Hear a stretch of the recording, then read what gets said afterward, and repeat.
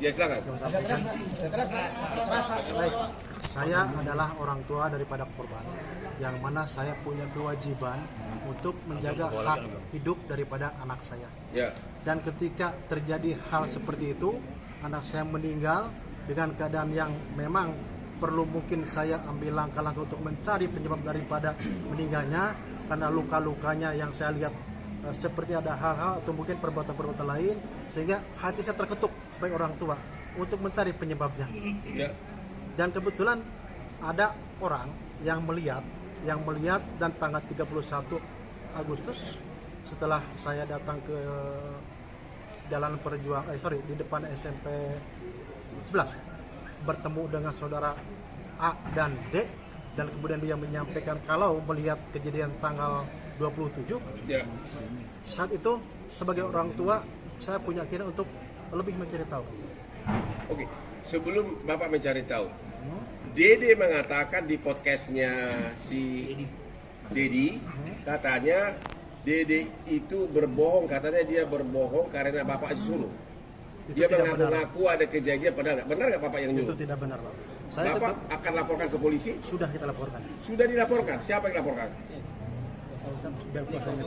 Siapa yang dilaporkan? Kita sudah laporkan 3 orang. Yaitu? Oke. Pertanyaan berikutnya. Sesudah Anda mulai lakukan pemeriksaan, yang bikin BAP siapa?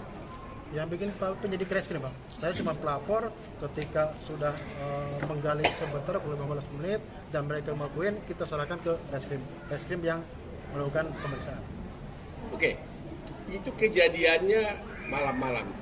Kenapa di BAP bisa begitu jelas para pelaku mengingat motornya merek apa, siapa bonceng siapa? Itu kan udah malam-malam. Kok bisa? Apakah itu rekayasa nggak BAP-nya? Kok bisa? Ada ditulis di BAP ini, si ini bonceng si ini, merek mobilnya ini.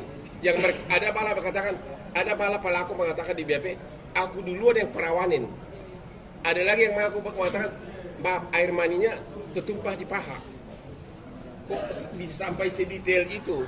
Itu direkayasa atau memang begitu pengakuan para korban? Kalau saya sendiri sebagai pelapor tidak ada rekayasa, Bang. Ya. Pada saat kami menggali informasi dari para terpidana, itulah yang saya tuangkan di LP dan berita acara. Kemudian penyidik reskrim melakukan pengembangan terhadap para terpidana tersebut yang dituangkan di berita acara. Maksud saya, apa mereka waktu itu dalam keadaan mabuk pelaku itu? Tidak, Bang. Mereka sehat. Gua batu gara-gara lu ah. Maksud saya gini Pak, kok bisa di BAP dijelaskan, yakin nggak bahwa itu Peggy yang ditangkap adalah Peggy yang kemarin? Keyakinan tentunya di penyidik, Bang, ya. Bapak sendiri pribadi? Kan Egy sama Dede kan ngadu ke Bapak kan? Jadi menurut Bapak gimana? Peggy sama Dede. Bukan? Aib sama Dede. Jadi Aib. siap. Aib sama Dede kan sumber dari Bapak. Betul. Pertanyaannya ada 3 nih. Yang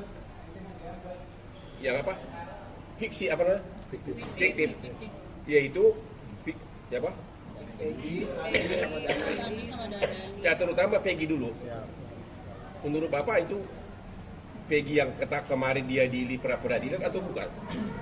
Bicara keyakinan, karena yang saya tahu hanya nama-nama yang disebut para terpidana, Bang.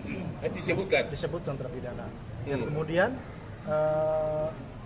terpidana tersebut dilakukan pengembangan pemeriksaan sama penyidik. Ya. Mungkin penyidik yang lebih jelas, Bang. Oh begitu. Siap. Kalau yang 2 lagi fiksi itu nggak tahu juga Pak? Saya tidak tahu. Nggak tahu ya.